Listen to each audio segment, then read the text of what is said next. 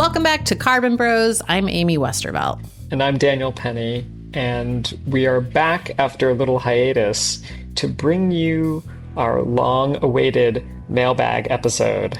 Yeah, we got so many good responses from people. We got voice notes, we got emails, and they're all over the spectrum. So excited to talk about them here.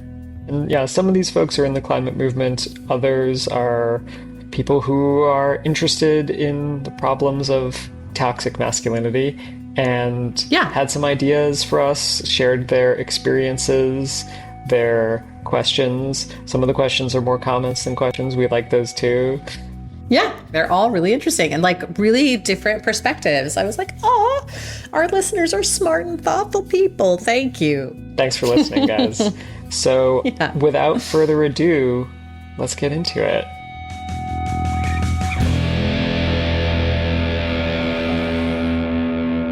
So this question comes from Trevor Lehman, or Lehman, we do not know how to pronounce your last name, who is a university career counselor, humanist chaplain, and the president of Climate Informed Counselors chapter of the Canadian Counselors and Psychotherapists Association. That's right. So we didn't even just get people from one country. We got a global response here. That's right. We're worldwide.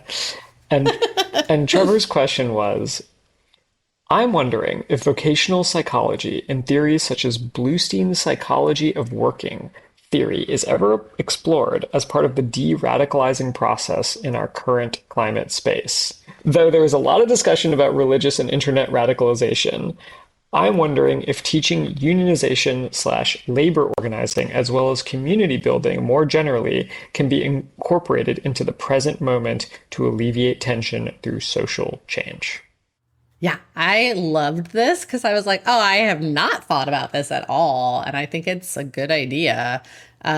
Just a quick, I'll be honest, I had to Google Bluestein's psychology of working theory. It's basically like a perspective on career counseling that brings in like the entire personhood of someone, like where they're coming from in life, like what is their class and race and gender background or ability status or immigration status, and like how those things intersect with the work that they do or the work that they're able to do. And like, wow, I've heard so many conversations about retraining the workforce as part of like a just transition in terms of like skills and matching people with new jobs. But I have not heard much at all about the psychological component to that or about this idea of like labor organizing as community building and how that kind of comes into the climate movement. So, yeah, I thought it was interesting. Yeah, I mean, I think we do touch on this a little bit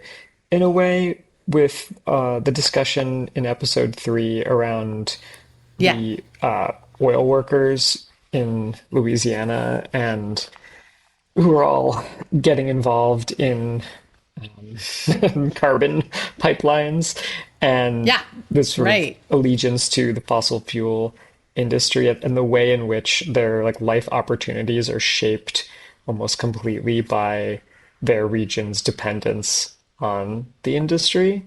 And I haven't seen much about sort of like taking this kind of approach to dealing with it aside from more of a skills-based approach, except for actually the guy in Louisiana that you talked to did really get into like how do we connect these new jobs and new skills with like the identity that these people have and the communities that they've like been in for generations. And, you know, like how do we bring people in without making them feel like villainized or disrespected or, you know, all of those kinds of things too. I just think it's interesting. So anyway, very curious to hear if like other people are working on this. And also, Trevor, if you're listening, if you start applying this in your work, we'd like to hear about it. It's interesting. Tell us how it goes. Yeah. Okay. This next one is from Al Whittle, and this is a voice note. So we're going to play you a little snippet of it here, and then we're going to talk about it. Hello, I'm Al. I basically spent about 30 years working in the construction and architecture industry. Means I'm always kind of in a fairly male-dominated environment. We have to figure out how you get environmental issues to relate personally to guys. Sometimes you get people who say, I don't care. Quite often, to be honest, I find avoiding trigger words that immediately put the barriers up, and words like climate change. So it becomes more a case of manoeuvring the conversation. One way I can try and explain is a personal thing where I found you certainly don't tell male colleagues in the average office that you're vegan. That seems to be an immediate trigger to some people's morality. But I was working at one place and it turned out another guy was. He was sort of fending off a few pointed questions, and when I wandered by, it was a case of, you're vegan? Oh, sound, mate, that's good. I feel like I've got a brother from another mother here, and before you know it, we're chatting about it quite happily, and then other people are actually starting to soften to it, and they hopefully realise that they're not going to have, my life choices or this particular gent's life choices sort of forced on them. It was just a bit of humour and things begin to change. I guess another thing that is worth mentioning is dealing with people on an individual level rather than trying to take on groups. There you can actually sort of involve yourself and get interested in people's decisions and choices and have a far more sort of meaningful conversation. This is the type of individual action that I feel like is actually helpful and necessary within climate spaces. Like, individual action often gets boiled down to just what we buy, or like recycling, but it's like actually these kinds of conversations or like modeling certain behaviors, all of like the social science research on, how we pick up different ideas and behaviors from each other. It's like this stuff. It's not, like so-and-so has cool bamboo straws. You know what I mean?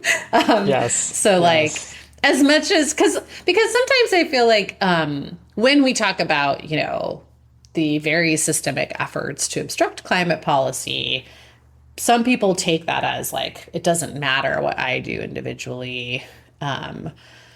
Either in sort of a defeatist and doomer kind of way, or as a sort of like, we need to be focused on the oil companies. And I kind of feel like, look, there are various ways that individual action can be helpful. And to me, actually, like, this seems like one of them. Yeah, I mean, this is doing politics on the community level or the individual level. Yeah, And the right is very comfortable doing that.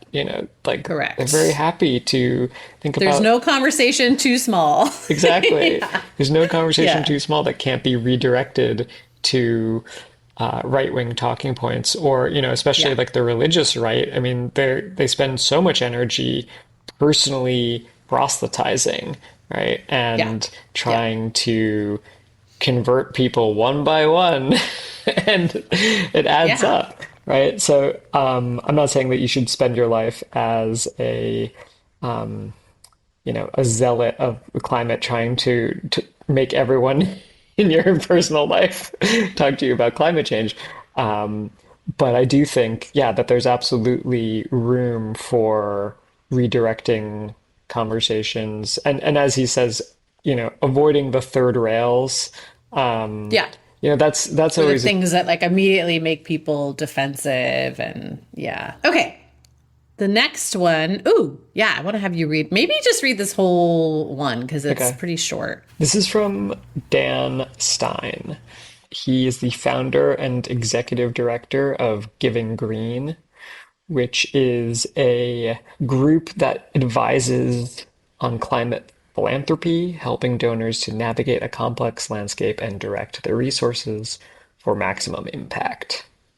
So here's Dan's question. The question is about intersectionality. Many climate groups on the left, Sunrise Movement is a great example, have really leaned into intersectionality, meaning they also work towards many other non-climate progressive goals. This has strengths and weaknesses, and I think the climate community endlessly debates whether this is a good idea. It seems like one of the ways that the manosphere has exploited this is by tying climate to other left-wing ideas that have less popular support, like trans rights. When listening to the podcast, I felt like it was a good argument for intersectionality equals bad. On the other hand, one could argue that the right is just doing intersectionality as well and having success, i.e., tying men's rights to climate. I don't have really any answers here, but I'd like to hear you smart people discuss whether these recent trends can shed light on the debate and whether leaning into intersectionality on the progressive left is a good or bad tactic.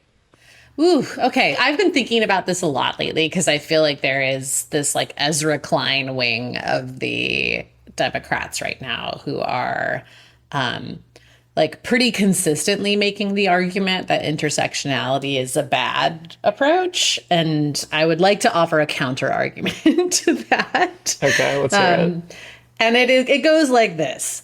The reason that Democrats arguing for things like trans rights and abortion rights and things like that have fallen flat, in my opinion, is that they haven't actually advocated for anyone's rights. What they've done is wrap neoliberalism in the language of equality and ignored everyone's like actual problems. So like, yeah, if you are, wrapping yourself in a rainbow flag while not addressing, wage stagnation and inflation and all of these things that people are dealing with in their daily lives, you seem like an elitist, tone deaf person.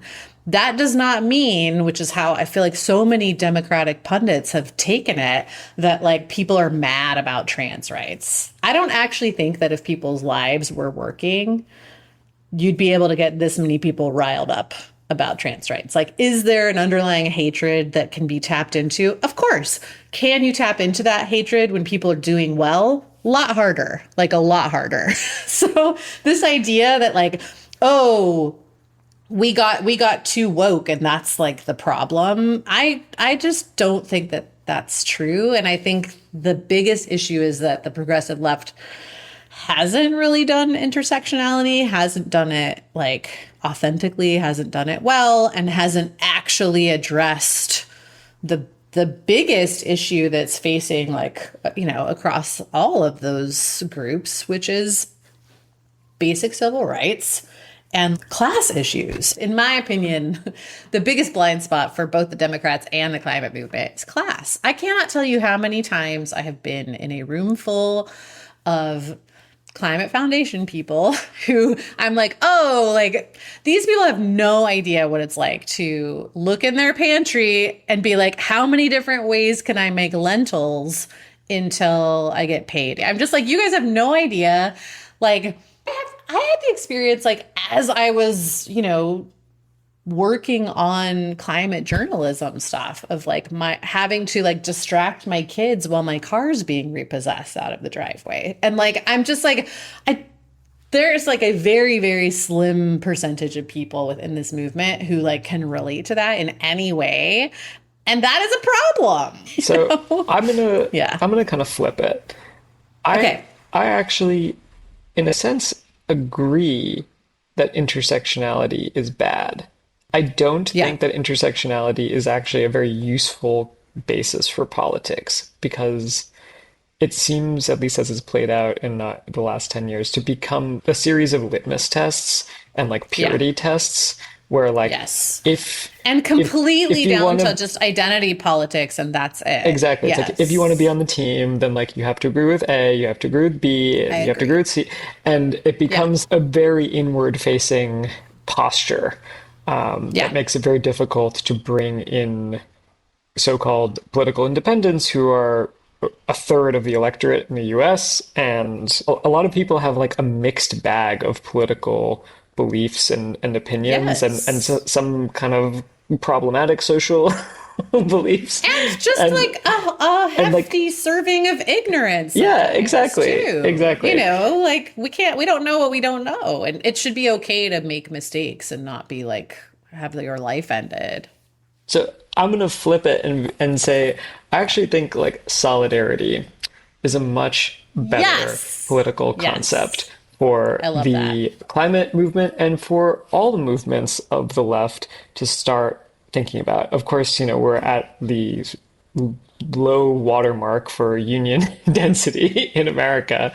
And I think that sort of erosion of people with like experience being a part of organized labor is a big part of why Yeah. we've lost our concept of solidarity and like what solidarity actually means. You don't have to be in total alignment with someone to take part in an Yes. action of solidarity to support them, because it's an understanding that like me having your back means that you have my back. It's not Yeah. out of charity. It's not just because it's the right thing to do. It's a strategic and kind of collective politics where like you recognize your mutual interdependence and the fact that your strength only comes through concerted action.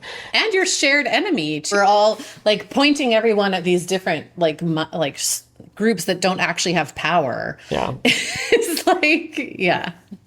Yeah. So yeah, let's bring back solidarity. It is time maybe to Yes. ditch intersectionality. I think it's an exhausted political concept. And, I mean, there is no threat more all-encompassing, more totalizing than the climate crisis. Yeah. And it's one that will definitely demand solidarity as things start happening, in your community, in your state, in your country, Yeah. and all around the world, right? Solidarity, which is, to your point, an adaptation strategy as much as it is, a political strategy. It's like we're going to need solidarity and community building to survive the climate crisis and to fight against the various things that are coming, along with it. Plus, like, you're just not like, you're never going to win against billionaires and huge global industries without solidarity. Like, people who only identify themselves as being concerned about climate are a small group of people. But like, we know that globally, I don't know, that what did this Yale thing say? 89% of people Yes. want their governments to act on climate, right? So there's like actually a majority. Yeah, a little bit lower here in the US. I think we're in the 70s here. But But still, like, that's that's because of all of the pretty. psyops. Yeah, exactly. I like this. I like this, like, this idea of shifting the focus to solidarity. It feels better. It doesn't put people on the defensive. It allows for, people to be at varying points along the spectrum. you know? Yeah. Yeah. So I if like there are it. any progressive think tanks who want to come pay me to expound on this idea, please Yes. hit me up. Hire Daniel. Yeah. Yeah. I like that idea a lot. Awesome. We solved it. Good job. Um, okay. Next, we have a friend of the pod, let's say, Yes, Callum Hood. friend of the pod. Yeah. He actually, you know what? He's the person who told me about non-toxic first. I met him at a conference and he was like, "Oh, you should listen to this podcast." And then actually immediately Lucy von Sturmer also was like, "You should listen to this podcast." And I was like, "Wow, everybody's telling me about this podcast." Okay. But yes, Callum Hood works for the Center for Countering Digital Hate, and he sent in a voice message that we're going to play right now. Hey Carbon Bros, this is Callum. I work at the Centre for Countering Digital Hate, where I look at stuff to do with online masculinity, content, climate misinformation as well.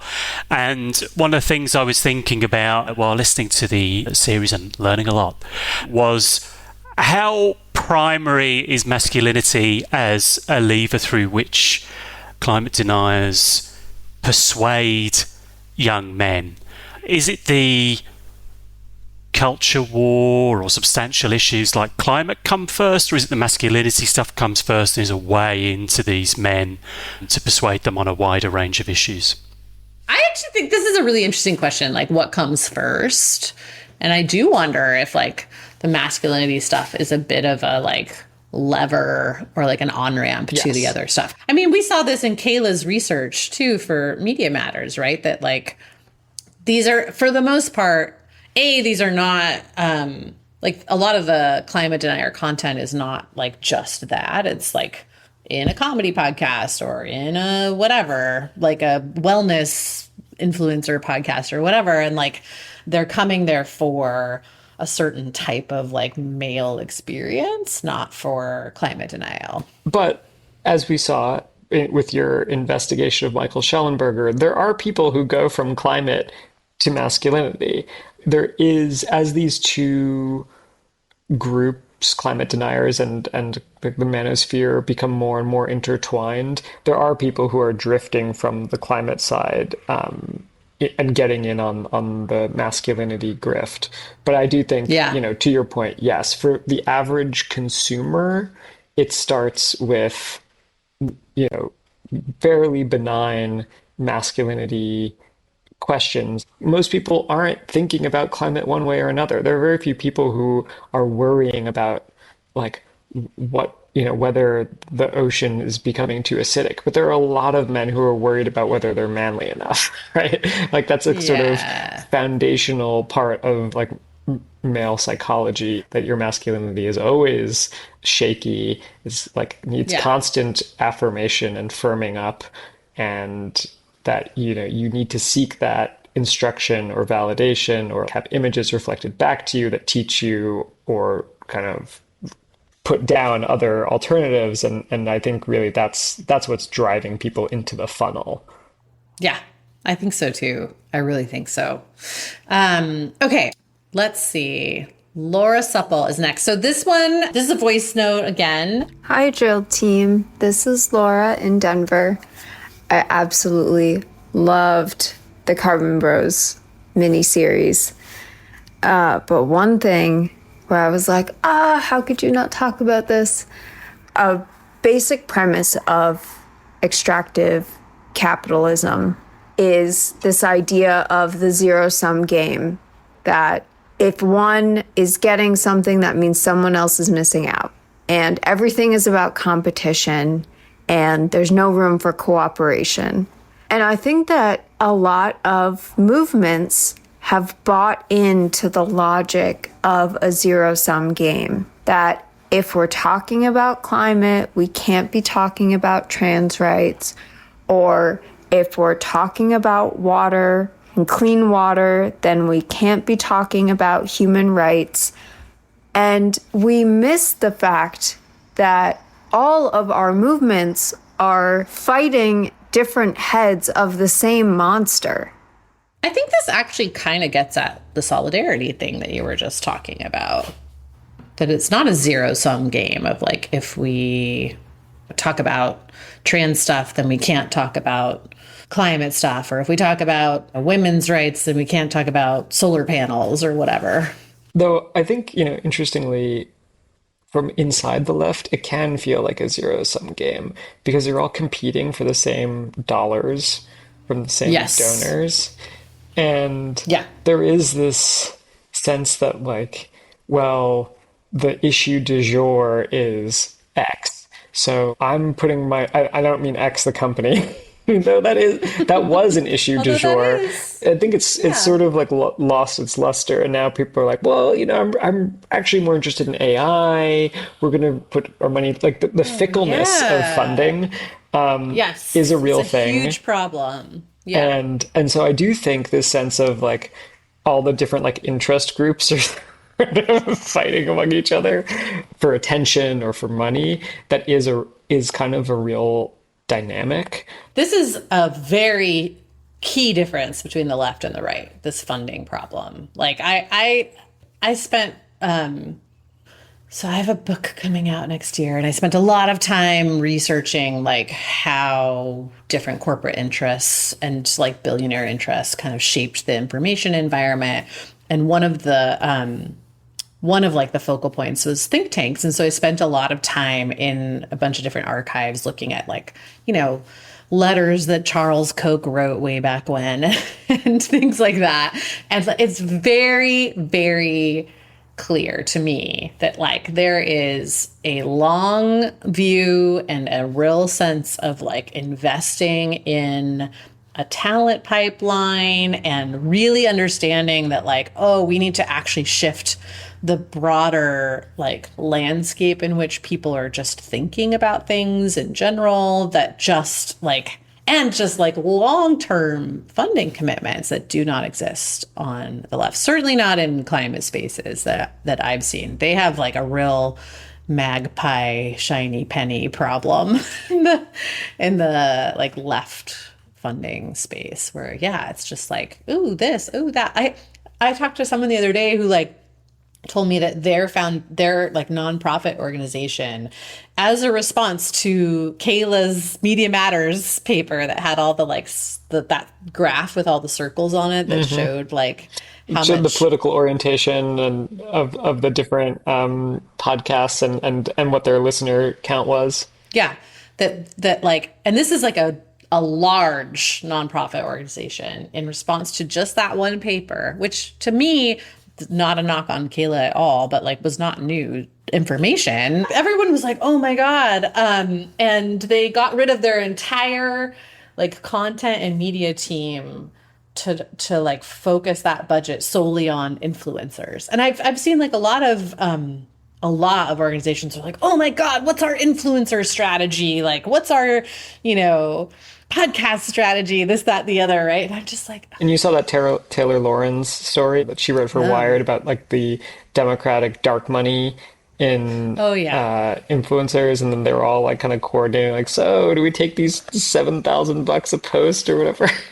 Yes, totally. To me, that's not like the lesson to be learned from the right, but I feel like that is often happening in progressive spaces and issue spaces like climate, where it's like, I don't know, just this like very reactive, like whatever the most recent thing that the right has done, like even actually in response to all of like the campus activism that Turning Point USA was doing, right? Like there's this huge thing now, like, oh, like how do we get young people and like how do we recapture young men, all of that. And I'm like, that took like 10 to 15 years of like showing up on campuses. Milo Yiannopoulos was doing it like before Turning Point existed, like Yeah. it's like that didn't just happen. That's how I got my start as a cultural critic, was writing about Milo, yeah.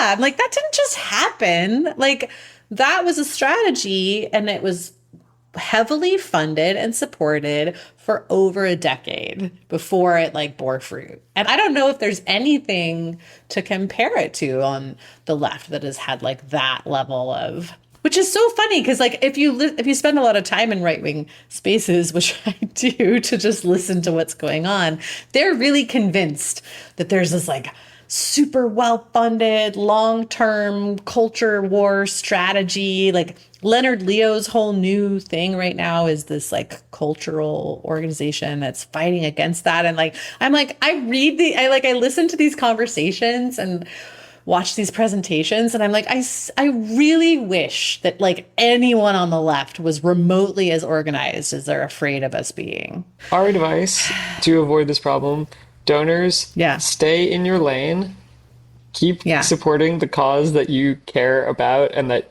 got you started in the first place. And like the strategy and methods that you actually know something about too. You know what I mean? It's like, and give people time for it to work. No strategy works in 2 years. Like that's not a thing. Okay. Okay, rant over. and fund our endeavors. That's our last piece of advice. The next piece of feedback came from Florent Cantu about the peak oil movement. So she writes, "Hi, love the show. In one of the episodes, I think you mentioned peakism as a right-wing movement, but according to Matthew Schneider Meyerson's surveys, peak oil believers sociology is predominantly left-wing, not right-wing, although it has ties to libertarianism too." So I was very happy to get this because it prompted me to read Matthew Schneider Meyerson's book, which is called Peak Oil, Apocalyptic Environmentalism and Libertarian Political Culture. And it is fascinating. And also, our reference to peakism came from Hannah Morris's more recent research on this subject, and she did not describe it as like being rooted in right-wing ideology. So if that is, But rather that it's become a right wing. it's become that, right? Exactly.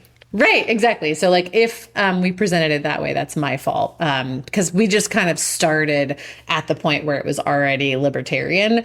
What Schneider Meyerson does in his book is like show how these mostly men who were in many cases like kind of counterculture 1960s type liberals really like took the idea of like going your own way and that type of freedom and like that morphed into libertarianism and the Tea Party and whatnot in the US, which I think is super, super, super interesting. And again, kind of an example of this horseshoe theory thing where it's like this can swing in different directions. And in the case of the countercultural left to the right, there's a lot of research, especially focusing on California as the like, epicenter of this, where people went from kind of like separatism or back to land communities into like the tech space and bringing that thinking of kind of rejecting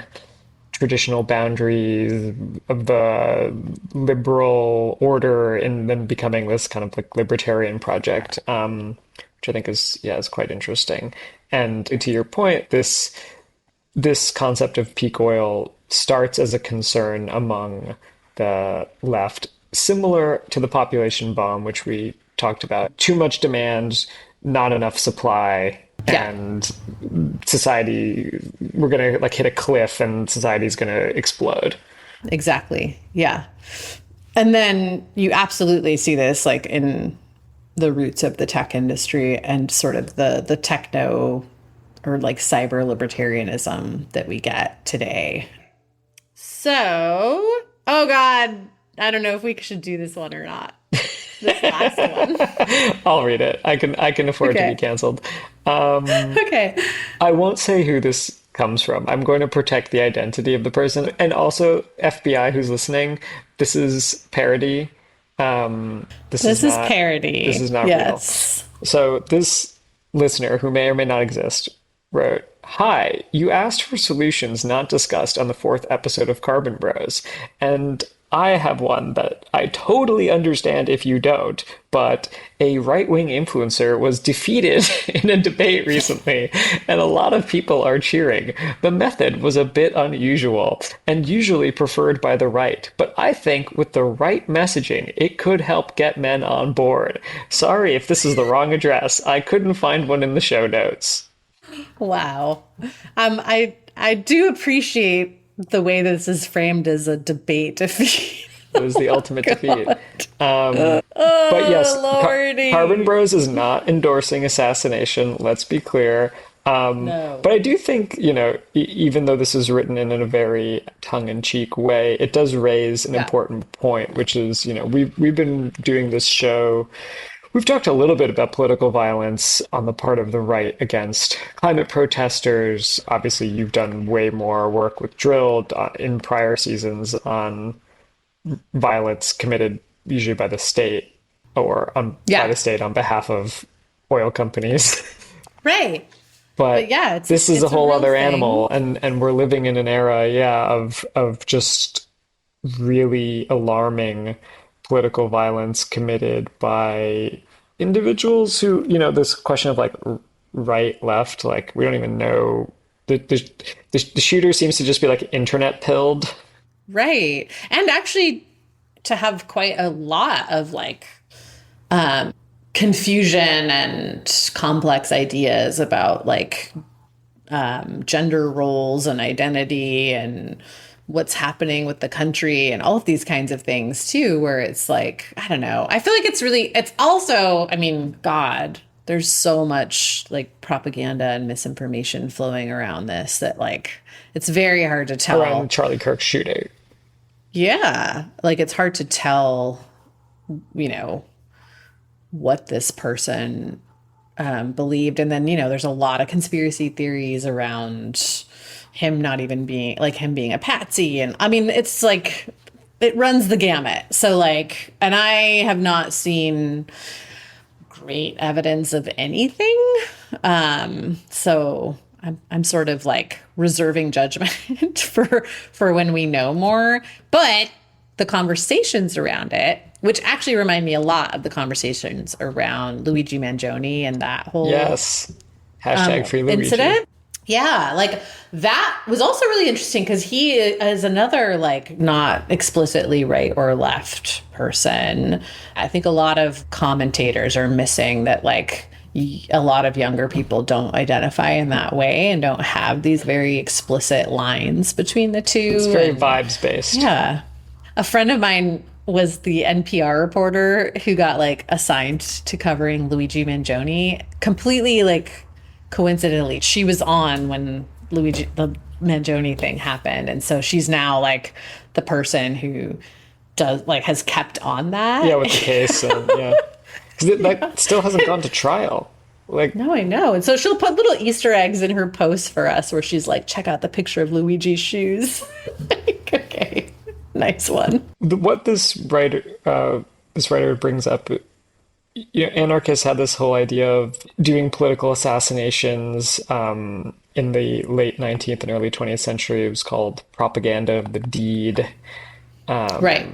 And it didn't really work out well for anarchism in the United States. It led to a lot of people being jailed and killed, and the political philosophy of anarchism was really marginalized on the left in the wake of that violence. So I think we're living in this era of insane violence and simultaneously political stasis. Like the government is literally shut down as we're recording this episode. Right. And that leads people to feel like they have no option but to take matters into their own hands. I also just watched One Battle After Another last week, the new I Paul really Thomas want to watch Anderson that movie, which focuses on a left-wing terror cell who are hunted by Colonel Lockjaw, played by Sean Penn. And it doesn't work out well for the French 75, which is the name of this terrorist cell. Also a great drink. Yeah. Yeah, it's great. I mean, everyone has an amazing name in this film. So I, at least personally, am not, based on my cursory study of history and my fear of being arrested or murdered, do not think that the left should pursue this strategy. And,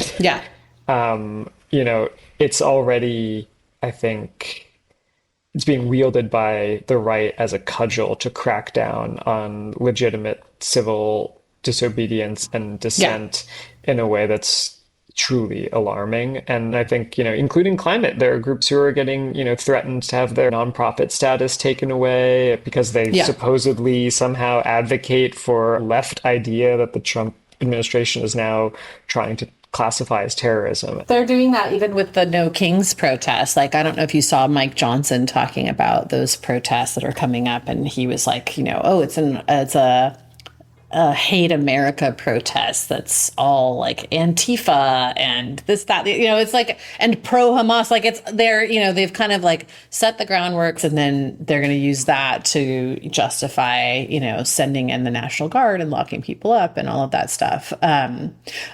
The one thing I was going to say about the political violence stuff is that there's a researcher that I talk to like regularly for updates on like what's happening with repression of protest, because she studies this and like studies the history of it and like how it fits in with social change and all of that stuff. And she was telling, like, she does, Dana Fisher is her name. She shows up at protests and she surveys people about a bunch of different things. And then she sounds like a narc. Tracks it. Yeah, right. Yeah. If I were a protester and someone started like asking me questions, like, why do you want to know? I would it's not. True. Actually, I do wonder how much that shapes the answers that because like before, especially now, I don't know. But anyway, before the Charlie Kirk shooting and before the ICE, like before these like National Guards going into cities and stuff, even then, like the very first No Kings protest and even like some of the ones that were happening in January and December too, she was finding just like a clear trend of like people increasingly either like increasingly saying not that they themselves wanted to engage in political violence, but that they were concerned that that would be the only thing that would drive change. The only recourse. And yeah, that like, and that they just had, it's sort of like dwindling hopes for some kind of a solution that didn't involve that to this like extreme situation in the US. So How should we wrap this thing up, Amy? Oh yeah, a wrap up. That's it for this time. We will have a bonus episode for you next week as well. And hopefully we'll have more stuff coming for you soon. Thanks so much for listening to Carbon Bros. And thank you to everyone who sent us a question. Yeah, that was awesome. Makes us feel good to know got some listeners out there. And I want to say to all of our listeners, stay safe if you choose to engage in some kind of protests in the coming weeks and months. To take proper precautions, get on Signal. Yeah. Get on Signal. You know, maybe start planning an exit strategy for your time outside the US. Just saying, not a bad idea. But yeah, talk to other people, be safe out there, and there'll be more coming from Drilled and perhaps from Carbon Bros in the months to come.